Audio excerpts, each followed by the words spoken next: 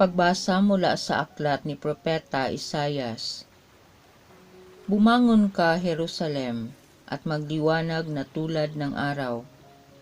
Nililiwanagan ka ng kaningningan ng Panginoon. Mababalot ng dilim ang ibang mga bansa, ngunit ikaw ay liliwanagan ng Panginoon sa pamamagitan ng kaniyang kaningningan. Sa ningning ng iyong taglay na liwanag, yaong mga bansa, 10 ng mga hari ay lalapit na kusa. Tumingin ka sa paligid at tingnan mo ang nagaganap. Ang mga anak mo'y nagtitipon na upang umuwi. Ang mga lalaki ay magmumula sa malayo. Ang mga babae ay kargang tila mga bata. Ang tanawing ito, kung iyong mamalas, ikaw ay sisigla. Sa iyong damdamin ay pawang kagalakan yaong madarama, pagkat ang yaman niyong karagatay iyong matatamo, at ang kayamanan ng maraming bansa ay makakamtan mo. Maraming pangkat na nakasakay sa kamelyo ang darating mula sa Madian at Efa, at sa Seba namay darating silang may taglay na mga ginto at kamanyang. Ihahayag ng mga tao ang magandang balita tungkol sa ginawa ng Diyos. Ang salita ng Diyos. Puon maglilingkod sa iyo tanang bansa nitong mundo. Turuan mo yaong haring humatol ng katuwiran. Sa taglay mong katarungan o Diyos, siya'y bahaginan, upang siya'y maging tapat mamahala sa iyong bayan, at pati sa mahihirap, maging tapat siyang tunay.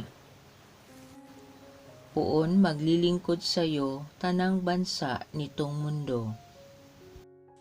Yaong buhay na matuwid sa kanyang kapanahunan, madama ng bansa niya at umunlad habang buhay. Yaong kanyang kaharian ay palawak ng palawak, mula sa ilog Euphrates sa daigdig ay kakalat. Puon maglilingkod sa iyo tanang bansa nitong mundo. Mga haring nasa pulo at naroon sa Espanya, maghahandog ng kaloob ihahain din sa kanya. Pati yaong mga hari ng Arabia at Ethiopia, may mga kaloob ding taglay nilang alaala. Ang lahat ng mga hari gagalang sa harap niya, mga bansay magpupurit, maglilingkod sa tuwina. Puon maglilingkod sa iyo tanang bansa nitong mundo.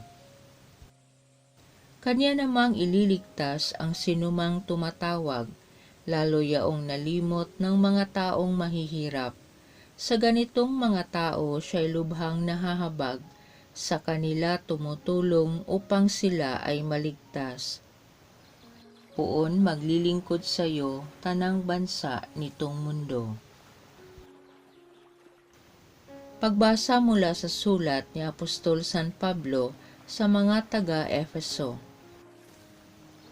Mga kapatid, marahil naman nabalitaan na ninyong dahil sa kagandahang loob ng Diyos ay ipinagkatiwala niya sa akin ang tungkuling ito para sa inyong kapakinabangan.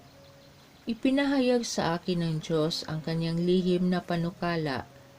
Ang hiwagang ito'y hindi ipinaalam sa mga tao noong mga nakaraang panahon, ngunit inihayag ngayon ng Diyos sa pamamagitan ng Espiritu, sa kanyang mga banal na apostol at mga propeta. At ito ang lihim. Sa pamamagitan ng mabuting balita, ang mga hentil tulad din ng mga Hudyo ay may bahagi sa mga pagpapalang mula sa Diyos. Mga bahagi rin sila ng iisang katawan at kahati sa pangako ng Diyos dahil kay Kristo Jesus. Ang salita ng Diyos. Ang talay aming nakita, kaya't kami nagsipunta upang sa puon sumamba. Ang mabuting balita ng Panginoon ayon kay San Mateo. Si Jesus ay ipinanganak sa Bethlehem ng Judea noong kapanahunan ni Haring Herodes. Dumating naman sa Jerusalem ang ilang pantas mula sa silangan at nagtanong-tanong doon, "Nasaan ang ipinanganak na hari ng mga Hudyo?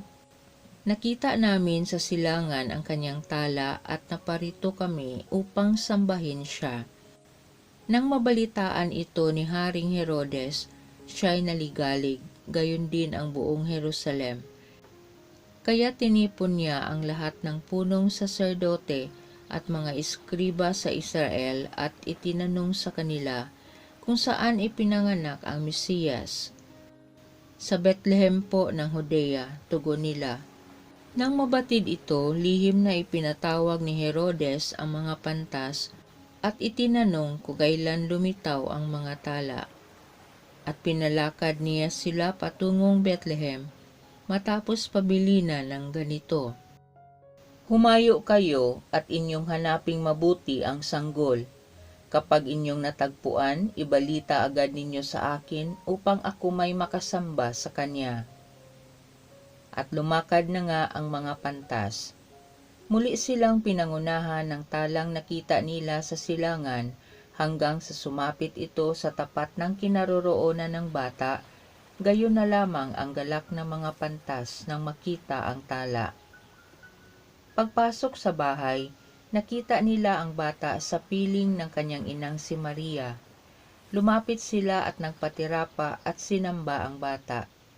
Binuksan nila ang kanilang mga sisidlan at inihandog sa kanya ang dala nilang ginto, kamanyang at mira. Nang sila'y pabalik na, sinabi sa kanila ng Diyos sa pamamagitan ng panaginip na huwag na silang babalik kay Herodes. Kaya nag-iba na sila ng daan pauwi. Ang mabuting balita ng Panginoon.